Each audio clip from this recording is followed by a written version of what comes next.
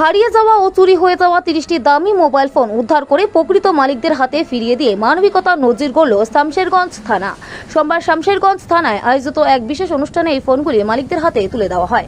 অনুষ্ঠানে উপস্থিত ছিলেন ফারাক্কার এসডিপিও শেখ শামসুদ্দিন এবং শামশেরগঞ্জ থানার আইসি সুব্রত ঘোষ। পুলিশ সূত্রে জানা গেছে, এসডিপিও শেখ শামসুদ্দিনের তত্ত্বাবধানে এবং আইসি সুব্রত ঘোষের নেতৃত্বে গত কয়েক মাস ধরে প্রযুক্তির সাহায্যে হারানো মোবাইল উদ্ধারের অভিযান চালানো হয়। এই অভিযানেই এই 30টি মোবাইল উদ্ধার করা সম্ভব হয়েছে। বর্তমানে মোবাইল ফোন শুধু কথা বলার জন্য নয়, পড়াশোনা, অনলাইন ব্যবসা, ব্যাংকিং সহ সমস্ত ব্যক্তিগত তথ্য ফোনেই থাকে। তাই ফোন হারালে আর্থিক ক্ষতির পাশাপাশি বড় সমস্যায় পড়তে হয়। নিজেদের হারানো শখের ফোন ফিরে পেয়ে স্বভাবতই খুশি মালিকরা। তারা শামশেরগঞ্জ থানার পুলিশ এবং আইসি সুব্রত ঘোষকে ধন্যবাদ জানিয়েছেন।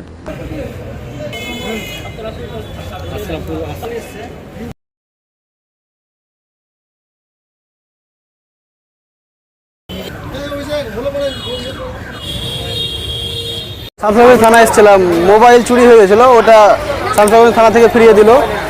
মাঝখানে চুরি হয়েছিল, তার সাথে সাথে আমাদের থানার সুব্রত স্যারের এবং আমাদের দীপক স্যারের কাজের ভূমিকা অত্যন্ত প্রশংসনীয়। আগে ফোনটা হারিয়েছিল 1.5 মাস আগে। এটা ইনফিনিক্স নোট 30 5G। কম টাইমে ফোন উদ্ধার করে দিল। হ্যাঁ, ওনাদের ভূমিকা খুবই ভালো।